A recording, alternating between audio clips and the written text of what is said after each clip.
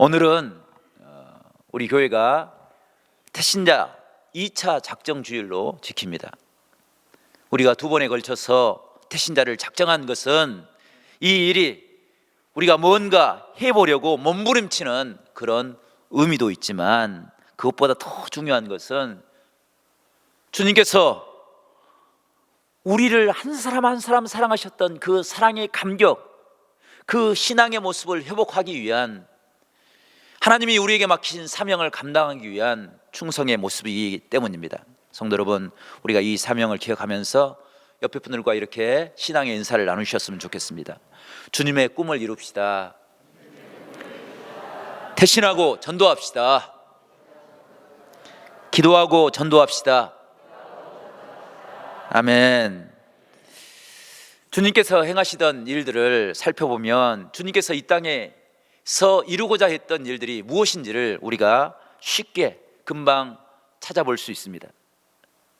주님이 어디에 머무셨습니까?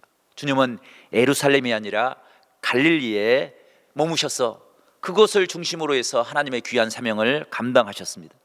성도 여러분, 갈릴리는 어떤 땅입니까? 갈릴리는 흑암과 절망과 좌절이 있는 땅이었습니다. 주님께서 그곳에 희망의 빛을 비춰줌으로 사람들에게도 조차 버림받은 그 사람들에게 하나님의 복음의 은혜를 증거하심으로 그곳에 하나님의 구원의 역사가 임하였습니다. 주님이 행하셨던 일들이 어떤 일입니까? 주님께서는 권력이나 명예를 얻기 위해서 힘 있는 사람들을 찾아다니지 않았습니다. 주님은 병들고 정죄받고 장애를 가지고 있는 그 사람들을 찾아가서 그들의 아픔과 상처를 어루만져 주시고, 그들이 버림받은 사람들이 아니라 하나님께 사랑받는 사람, 하나님께서 대속의 은혜를 부어 주셔서 구원의 자리로 인도하시는 복음에 합당한 믿음의 사람들이라고 증거해 주셨습니다. 주님의 모든 사역에는 그냥 시간이 지나면서 장소에 따라서 사역이 이루어진 것 같지만 반드시 중심된 사역이 있음을 깨닫게 됩니다.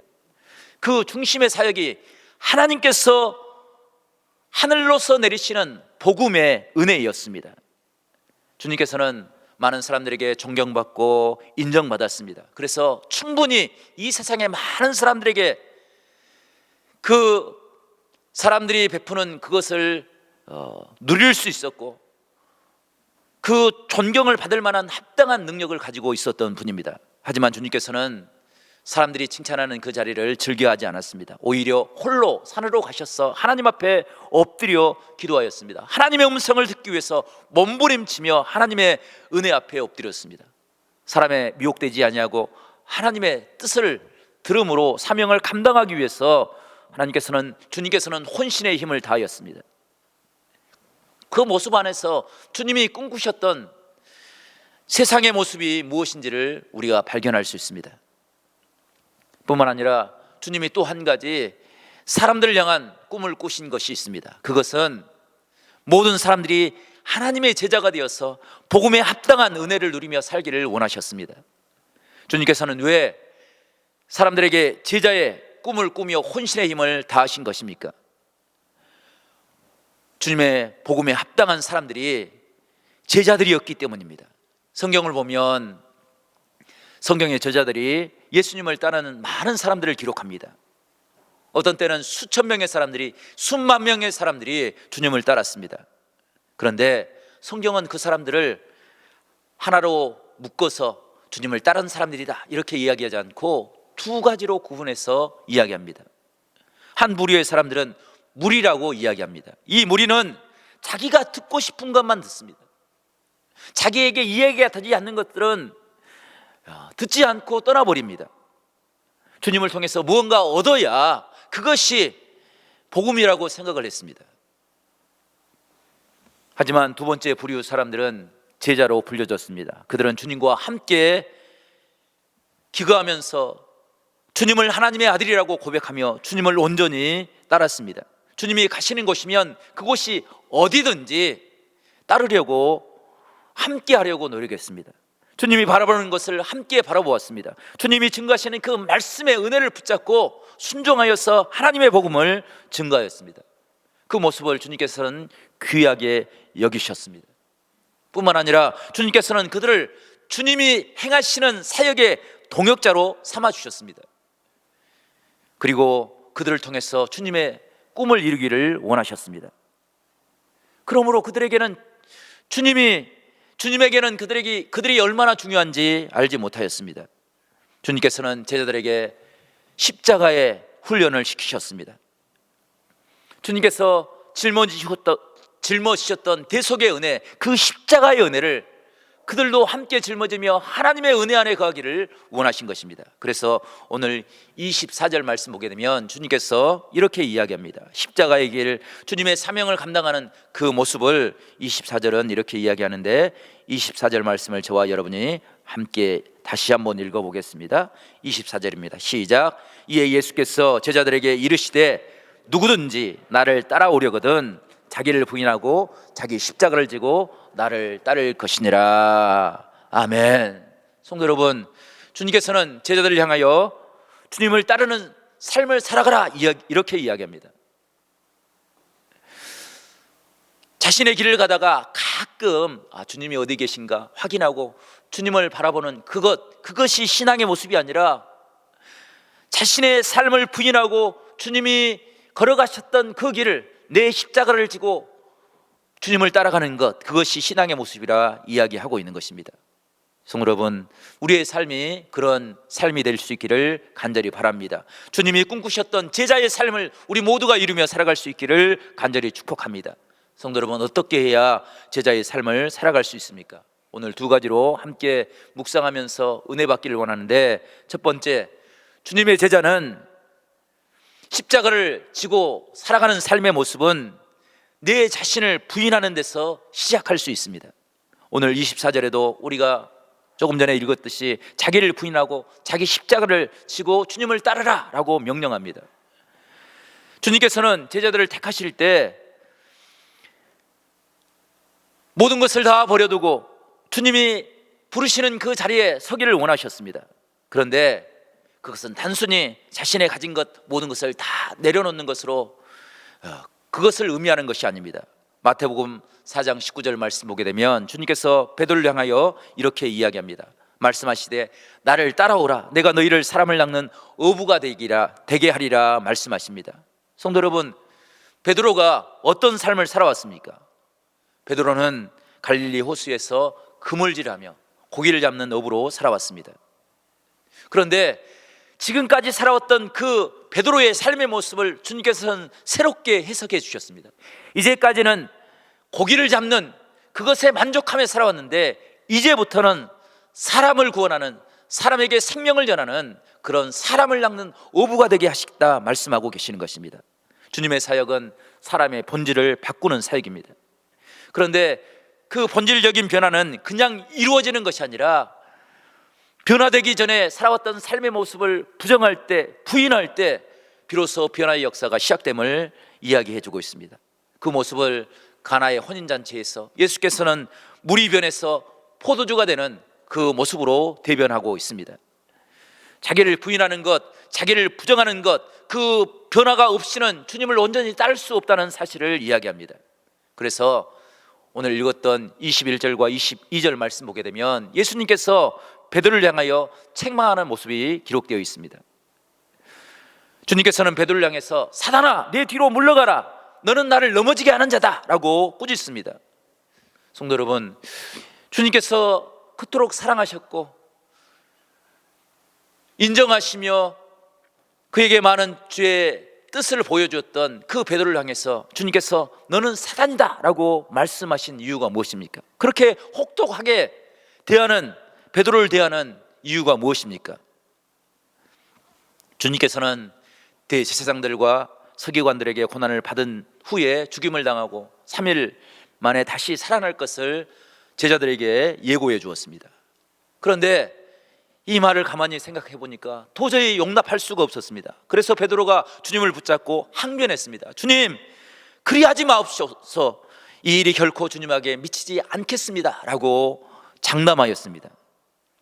하지만 그 항변은 주님을 위한 것도 아니었고 하나님의 섭리를 깨닫는 것도 아니었고 여전히 베드로는 자기 자신의 생각에 머물러 있었기 때문에 이런 이야기를 한 것입니다. 인간적으로 보면 주님께도 정말 고마운 말처럼 들립니다. 주님을 끝까지 지키겠다는 그런 베드로의 충성된 마음이 담겨져 있습니다. 하지만 그것은 하나님의 일을 방해하는 일이 되었습니다. 우리가 우리 스스로를 부정하지 아니하고 하나님의 뜻 안에 거하지 아니하고 내 합리적인 생각으로 내 경험으로 내 삶을 들여다보면 우리는 때로 주의 섭리를 방해하는 그 자리에 설 수 있음을 우리는 깨달아야 될 것입니다. 그리함으로 겸손함으로 우리를 부정하는 신앙의 훈련을 가질 때 우리가 주님 앞에 참된 제자의 몸으로 설 수 있는 것입니다. 성도 여러분, 모세가 호렙산에서 떨기나무 가운데 하나님이 불러 임하는 모습을 만나게 됩니다. 주님께서 말씀하십니다. 내 발에서 신을 벗으라. 신을 벗는다는 것은 단지 우리가 신고 있는 신을 벗는 것, 그것도 의미가 되지만 구약적인 의미는 내 모든 것을 다 내려놓는 것입니다. 하나님께서는 모세의 모습을 분명하게 알고 있었습니다. 그는 애굽의 왕국에서 정말로 온 세상의 모든 지혜를, 지식을 다 배운 그런 정말로 지혜가 뛰어났던 사람입니다. 그런데 그 지식으로 그가 행했던 일이 무엇입니까? 자신의 뜻에 맞지 않는 사람, 그 사람을 쳐서 살인하는 그런 어리석은 일을 행했던 것입니다. 우리의 인간의 결말이 그렇습니다. 우리가 아무리 지혜로 합리적인 생각을 갖는다 할지라도 그것이 때로는 꺾어지지 않냐면, 그것을 버리지 않냐면 때로 다른 사람의 마음에 상처를 주고 아픔을 주는 그런 일을 행할 수 있음을 하나님께서는 발견하였습니다. 그래서 모세를 자신의 지혜를 완전하게 내려놓고 모든 것이 다 내려지기까지 40년 동안 기다리셨습니다. 그래서 이스라엘 백성들을 자신의 감정으로 그들의 마음속을 휘입하지 않고 그들의 마음에 아픔을 주지 아니하고 온전한 겸손한 온유한 믿음의 사람으로 서기까지 하나님께서는 기다리고 참으셨습니다. 모세의 지혜로 이스라엘 백성들이 출애굽했다고 한다면 40년의 가나안 시간들, 광야의 시간들은 견딜 수 없었을 것입니다. 가나안에도 들어갈 수 없었을 것입니다. 어떻게 200만 명이나 되는 사람들이 40년 동안 광야에서 농사 없이 생활할 수 있겠습니까? 그런데 하나님께서는 그 바로의 왕궁의 지식이 아니라 하늘을 바라보는 지식을, 전능하신 하나님 모든 것을 인도하시는 그 능력의 하나님의 지식을 얻게 하심으로 하늘에서 만나와 매출하기로 하나님이 도우시는 은혜의 손길로 하루하루 이겨나가며 살아낼 수 있는 믿음의 능력을 허락하여 주신 것입니다. 성도 여러분, 우리에게도 이런 축복이 있기를 간절히 축원합니다. 내 자신이 깨어지고 내 생각이 깨어지고 주님의 능력을 의지하며 바라볼 때 그곳에서 하나님의 은혜의 시작이 이루어질 수 있기를 간절히 축원합니다. 그것이 주님이 우리에게 원하시는 꿈의 모습입니다. 내 지식으로 내 경험으로 적당히 해보고 안 되면 포기해버리는 그런 신앙이 아니라 온전히 하나님을 붙잡고 하나님의 은혜 안에서 주님께서 도우시는 그 은혜를 의지해서 불가능을 넘어설 수 있는 그런 신앙의 모습을 우리 모두가 회복하며 살아갈 수 있기를 간절히 축원합니다. 미국의 미시간주에 성 요셉 고아원이라는 고아원이 있었습니다. 그곳에 한 문제 소년이 들어왔습니다. 그 소년은 매일 그곳에서 원생들과 싸움을 벌였습니다. 그곳을 지도하던 베라다 선생님이 인내심을 가지고 그를 지도해 주었습니다. 격려해 주었습니다. 하지만 그 소년의 행동은 좀처럼 변화되지 않았습니다. 그 소년의 손을 붙잡고 하나님이 너를 사랑하신단다, 하나님께서 너를 버리지 않고 결코 버리지 않고 너에게 큰 꿈을 허락하여 주실 것이다 라고 매일 그의 귀에 못이 박히도록 들려주었습니다. 하지만 그 소년은 결국 고아원에서 쫓겨나고 말았습니다. 고아원에서 나온 그 소년은 고아원에서 나온 후에야 비로소 베라다 선생님의 사랑이 얼마나 컸던지, 그 가르침이 얼마나 귀중했던지를 깨닫게 되었습니다. 그리고 성실로 살아가겠다고 다짐하면서 피자 가게에 취직을 했습니다. 그런데 그 피자 가게에서 일하면서 이 소녀는 자신에게 놀라운 달란트가 있다는 사실을 깨달았습니다. 그 달란트는 11초 만에 피자 한 판을 빚을 수 있는 반죽을 만들어내는 탁월한 솜씨가 있음을 깨닫게 되었습니다.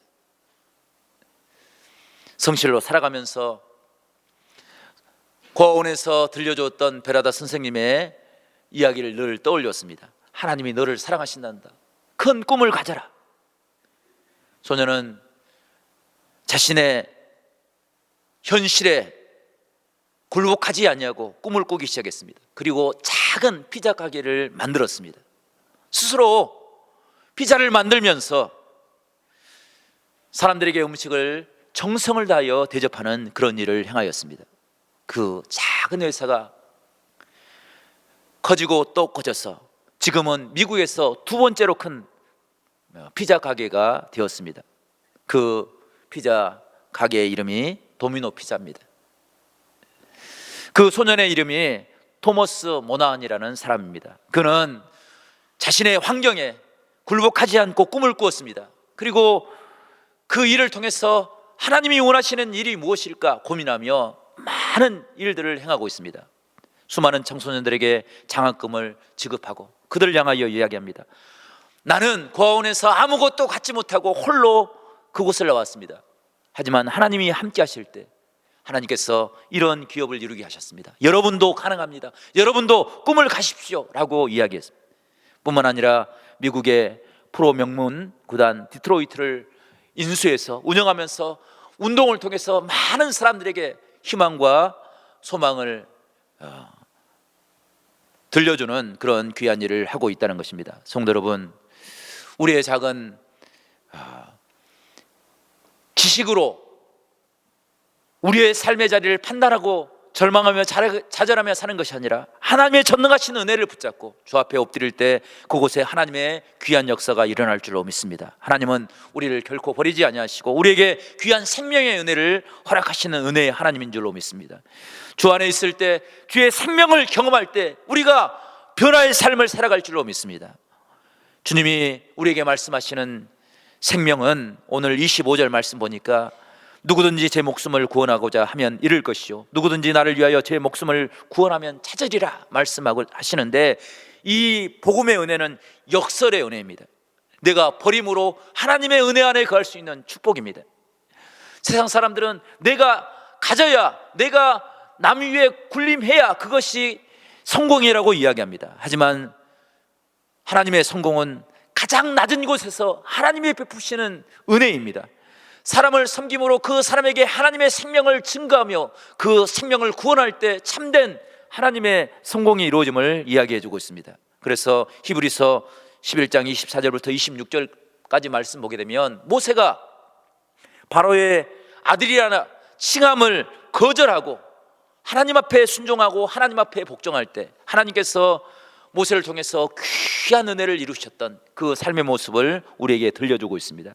성도 여러분, 모세는 버림으로 가장 큰 능력을 소유하는 믿음의 사람이 되었습니다. 하나님 앞에 온전히 순종함으로 세상의 불가능을 이겨낼 수 있는 복된 믿음의 능력을 회복하며 살았습니다.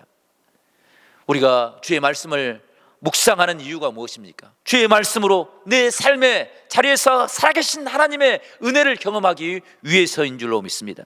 주의 복음을 붙잡고 주 앞에 엎드려 간구하며 하나님의 은혜를 구할 때 그런 놀라운 은혜가 우리 가운데 이루어질 수 있기를 간절히 축원합니다. 성도 여러분, 의사들이 의학을 공부하는 이유가 무엇입니까? 사람들을 치료하기 위해서입니다. 만약 의학을 공부하고서도 의사가 환자들을 돌보지 않고 아픈 사람들을 치료하지 않는다고 한다면 그가 배운 의학이 무슨 의미가 있겠습니까? 우리가 주의 말씀을 깨닫고 묵상하는 이유는 하늘의 생명으로 이 세상에 쓰러져가는 사람들에게 소망을 심기 위함인 줄로 믿습니다. 그것이 주님께서 꿈꾸는 귀한 사명이었고 주님의 제자를 향하여 품으셨던 놀라우신 하나님의 은혜인 줄로 믿습니다. 의사전도왕이라고 불렸던 이병욱 장로님의 간증의 이야기입니다. 장로님이 열성적인 불교 집안에서 장남으로 태어났습니다. 그 가정에서 공부를 잘하고 또 명석한 두뇌를 가지고 있는 그 아들을 바라보면서 얼마나 큰 꿈을 꾸었겠습니까? 그런데 장로님이 1989년 필리핀 의료 선교에 참여해서 하나님의 은혜를 경험합니다. 헌신하고 그들을 위해서 기도할 때 그들이 하나님의 품으로 돌아오는 기적의 모습을 보았습니다.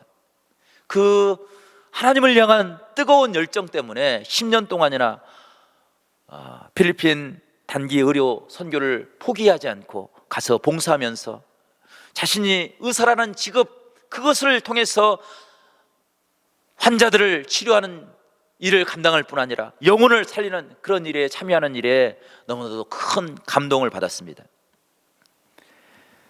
장로님은 일상생활에서도 그 일을 포기하지 않았습니다. 환자들이 오면 그 환자들을 위해서 먼저 기도했습니다. 지금까지 기도하지 않고 수술하지 않는 사람이 아무도 없었습니다. 그런데 놀라운 기적은 어떤 환자들도 기도하고 수술하면 기적처럼 깨끗하게 치유되는 그런 역사가 일어났습니다. 그것이 소문나기 시작했습니다. 수술할 때 환자의 손을 붙잡고 엎드려 기도할 때 그 환자의 보호자들도 주님을 영접하는 그런 기적의 역사들이 일어났습니다. 장로님은 타 종교를 가진 사람뿐 아니라 조폭조차도 포기하지 않고 그들을 위해서 기도하고 수술했습니다. 장로님은 이렇게 간증합니다. 하나님이 포기하지 않았는데 내가 그 사람들을 어떻게 포기할 수 있겠습니까? 주님의 은혜를 붙잡고 엎드려 기도할 때 놀라운 은혜가 임하였습니다. 그의 간증은 이렇게 마무리합니다. 하나님은 80%의 헌신된 사람, 100명의 사람을 원하는 것이 아니라 100%로 헌신하는 한 사람을 더 귀하게 여기신다. 하나님이, 주님이 찾는 사람들은 한쪽에 세상에 발을 담고 한쪽에 믿음에 발을 담고 세상과 믿음을 저울질하는 사람이 아니라 온전히 하나님만을 붙잡고 하나님의 은혜를 경험하고 하나님의 생명 안에 거하는 그 사람들을 원하고 계신다고 간증하였습니다. 성도 여러분, 우리의 삶이 그런 삶이 될 수 있기를 간절히 바랍니다. 그 일을 위해서 우리가 기도하고 있습니다. 하나님, 우리를 붙잡아 사용하여 주시옵소서. 우리를 통해서 하나님의 능력의 역사가 일어날 수 있도록 도와주시옵소서. 우리 가정을 위하여 기도할 때 하나님을 알지 못하는 우리 가족들이 하나님의 품으로 돌아올 수 있도록, 우리 하나님을 경험함으로 영원토록 방황하지 않냐고 하나님과 동행하는 복된 삶을 살 수 있게 해달라고 우리가 함께 기도하고 있습니다. 하나님의 품을 떠나버렸던 우리 성도들이 하나님의 품으로 돌아와서 함께 예배하며 함께 기도할 수 있는 은혜를 허락해달라고 기도하고 있습니다.